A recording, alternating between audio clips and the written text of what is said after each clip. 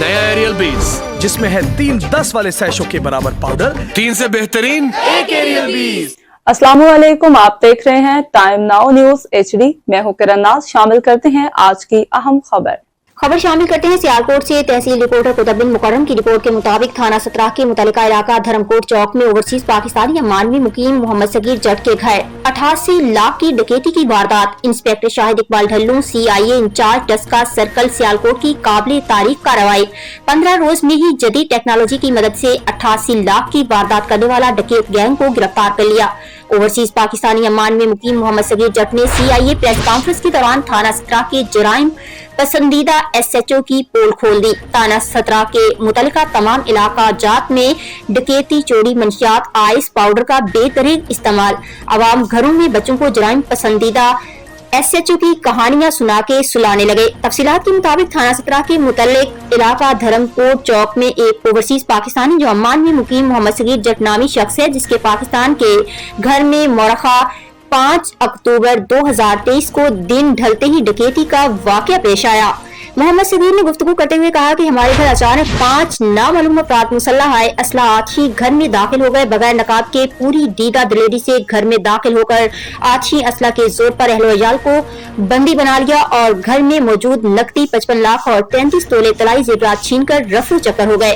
थाना 17 के मुतल्लिका इलाकों में इन डकैतों की 8वीं बड़ी वारदात थी, जो दिन ढलते ही अमीर घरों में दाखिल होकर अहल-ओ-अयाल को बंदी बनाने के बाद नकदी तलाई जेवरात छीनकर रफू चक्कर हो जाया करते थे और मुतल्लिका थाना 17 का जराइम पसंदीदा SHO लंबी तान के सोने में मसरूफ रहते हैं। ओवरसीज पाकिस्तानी जो अमान में मुकीम मोहम्मद सगीर जट ने गुफ्तगू के दौरान तमाम तरवाके से आगाह किया कि पाकिस्तान मेरे अहल-ओ-अयाल से डकैती के वक्त में अमान मौजूद था। जैसे ही मुझे खबर मिली, अमान से 7 से 8 घंटे में पाकिस्तान पहुँच गया और अहल-ओ-अयाल से मुलाकात के फौरन बाद मुतल्लिका थाना 17 पहुँच गया।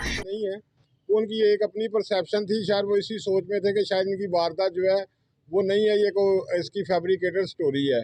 इसीलिए DPO साहब ने फौरी तौर पे DSP CIA को टास्क दिया था कि आप अपनी इसको जाकर चेक करें, अगर है तो इस पर काम करें।